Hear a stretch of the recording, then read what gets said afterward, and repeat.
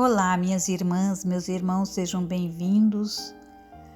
Que a paz de Jesus seja em nossos corações, hoje e sempre. Para aqueles que estão chegando agora, meu nome é Luísa e nós estamos estudando as questões de O Livro dos Espíritos. Estamos na parte 2, no capítulo 9, que trata da intervenção dos espíritos no mundo corporal. Estamos estudando o tema Influência Oculta dos Espíritos em Nossos Pensamentos e Atos. E a questão de hoje é de número 460. De par com os pensamentos que nos são próprios, outros haverá que nos sejam sugeridos? Pergunta Allan Kardec e os espíritos respondem: Vossa alma é um espírito que pensa. Não ignorais que frequentemente muitos pensamentos vos acodem a um tempo sobre o mesmo assunto, não raro, contrários uns aos dos outros? Pois bem, no conjunto deles estão sempre de mistura os vossos com os nossos. Daí a incerteza em que vos vedes. É que tendes em vós duas ideias a se combaterem. Nos diz Miramês que podemos dizer que existem duas fontes de pensamentos que surgem na mente dos encarnados e desencarnados. Uma aparece nos horizontes das nossas mentes, outros nos são sugeridos por espíritos com os quais nos afinizamos. Muitas pessoas acham que temos pensamentos contínuos, mas se enganam.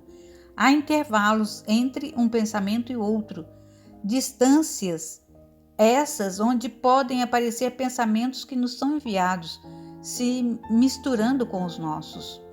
Os pensamentos têm, em geral, intervalos que se apresentam muitas vezes extensos na capacidade do espírito, encarnado ou desencarnado, de pensar. É nesses intervalos que notamos a inconsciência da alma, que não sabe o que se passa e o que os malfeitores, espíritos malfeitores, agem como inimigos, principalmente quando encontram afinidade de sentimentos. Quanto mais o espírito evolui, mais os intervalos de pensamentos diminuem. Pensamento contínuo, somente os altos espíritos que estão ligados à verdade o têm. Necessário se faz que tenhamos muito cuidado para conhecermos pensamentos alheios que chegam a nós. Se porventura forem pensamentos superiores, devemos acatá-los e exercitá-los na função do bem e da caridade. Se forem pensamentos negativos, devemos esquecê-los. Isso acontece todos os dias.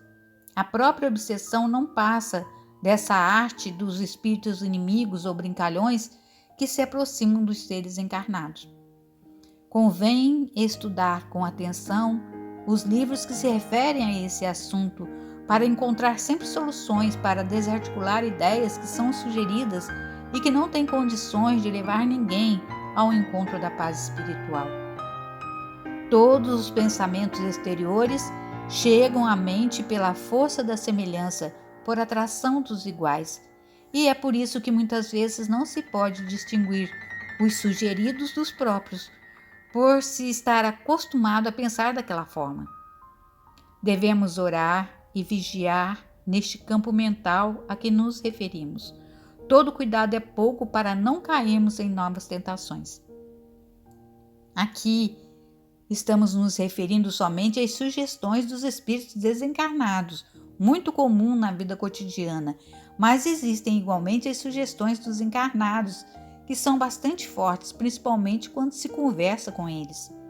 As ideias passam para outro cérebro pelos canais do verbo, interferindo na própria vida. Deve-se, por isso, ter um bom senso ativo para selecionar o que se ouve e os gestos daquele com quem se conversa. Há ainda mais nos meios de comunicações, quais sejam o rádio, a televisão, jornais, revistas, linha de conversações que podem ser incorporadas aos pensamentos como influências perigosas. Vivemos em um mundo de sugestões, onde a oração e a vigilância não devem faltar, para que possamos ter um amparo e sair ilesos das provocações de todos os dias. A influência dos espíritos na mente encarnada é muito maior do que se pensa, assim como existe influência das ideias dos encarnados sobre a mente dos desencarnados.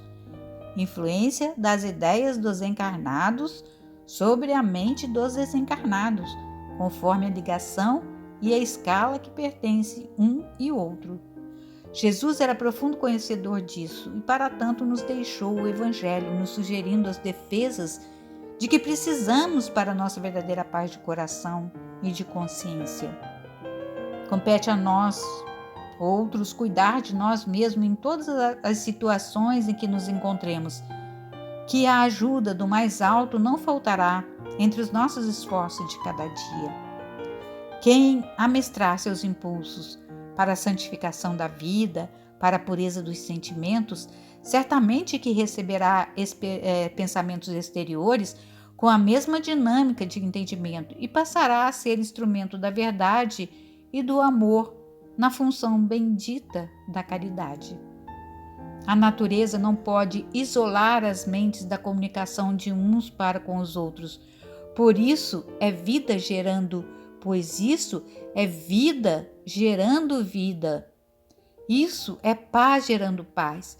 Isso é compreensão gerando compreensão. Isso é saber gerando sabedoria. O que devemos fazer é cuidar sempre dos ataques do que for mal e nos afinizar sempre com o bem, no sentido de sermos ajudados pelas leis dos afins. Deixemos as fontes gerarem os pensamentos. Se confiamos nos nossos, os outros que irão nos sugerir não podem ser de outra constituição. Vamos pedir a Deus para que possamos pensar e sentir a vida com Jesus, filtrando as ideias que vêm de fora, por sermos nós geradores de louváveis pensamentos de amor.